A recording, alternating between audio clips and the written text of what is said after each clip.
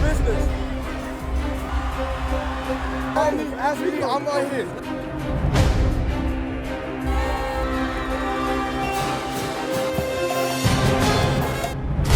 Sir, 6-0! Hey.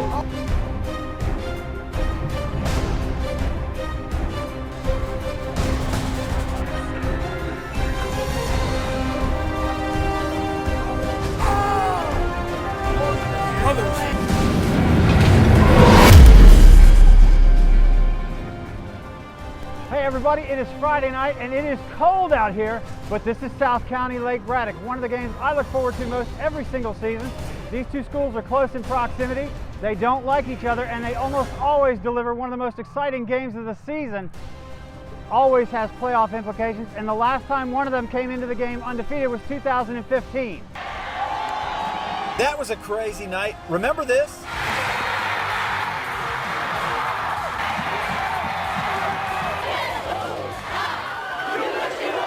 SOCO came from behind at the half, 27-7, and ended up winning in dramatic fashion in overtime, 33-30, becoming Patriot District champs. That was also the morning that Friday Morning Lights was launched on ABC 7's Good Morning Washington. Hey, go SOCO! John Gonzalez and I arrived at the school about 4:30 a.m. to find over 40 South County students had camped out overnight, and it was up to about 100 by 6 a.m., including the band and cheerleaders. We'll find out what happens during the game, but you know it's a big game when students arrive at school hours before class. Look at this, the entire marching band is here, cheerleaders are here, the principal is here. Most of the local television stations now try to copy that Friday morning type of feel, but it has never been more natural than when those kids initiated on their own to just stay out all night the eve of the biggest game of the year in 2015. Now, SOCO comes in here tonight, also 9-0, and looking to finish off their season undefeated and win the Patriot District Championship. A win here tonight against the 8-1 Bruins of Lake Braddock completes that fight for the Stallions. In the first quarter, SOCO drove the ball methodically, just grinding it out with a couple of big first downs. Here, Matty Ice keeps it. Picks up 16, moves it down to the Braddock 20. A couple plays later, from the 4, Matty drops. Sees it open on the left side. He gets it down to about the 1-foot line.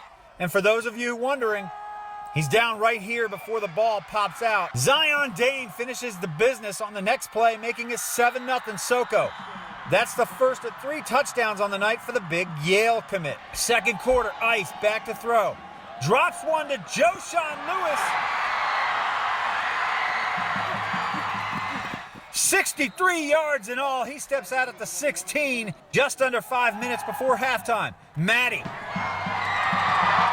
Brock Spalding, 18 yards, touchdown. It's 21-0 SOCO. And the defense just punishing the Bruins. Joe Murray getting stuffed in the backfield almost as soon as he's getting the ball. Horace Kahn, Max Rock and company. Late in the first half, SOCO in punt formation looks like a fake to Zion Dane. But Keyshawn Torin hangs on to it. Ends up in the end zone. It's 28-0 South County. How would the Bruins respond? They hadn't been behind 14-0 all year long, now find themselves down by 4 touchdowns. The defense stepped up for the Bruins, getting Matty Ice in the backfield a couple of times. Stuart Reed and Zach Congolo putting the pressure on and force a 3-and-out to start the half. Billy Edwards, full confidence in the Michigan commit, ESPN 300 tight end Matthew Hibner launches one. Deep flag in the end zone. So smooth. Matthew Hibner getting separation, making it look easy.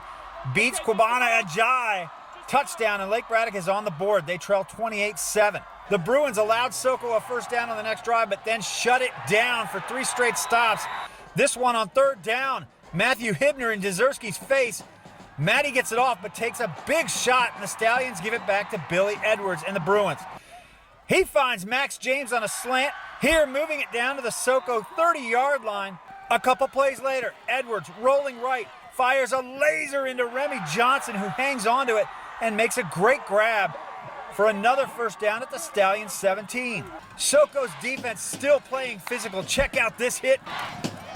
Akibu just unloading on Joe Murray. Akibu Karoma there. And check out this hit. Horace Khan, the Punisher. But the Bruin receivers were unconscious for the third quarter in this game on 4th down. Bruins going for it. Edwards finds Matthew Hibner, blanketed by a Jai. Doesn't matter. He's got it and a first down. 2 plays later, watch this grab. Max James with grips. Yanks it away from Joe Sean Lewis. That's mine, son. Touchdown. 14 unanswered points for Lake Braddock. Climbing back in this one, cutting the lead in half, 28-14. But on the next drive, Matty Ice slams the door. 50-yard bomb. Brock Spalding breaks away from Dylan Corey and stretches out. That was a backbreaker for Lake Braddock.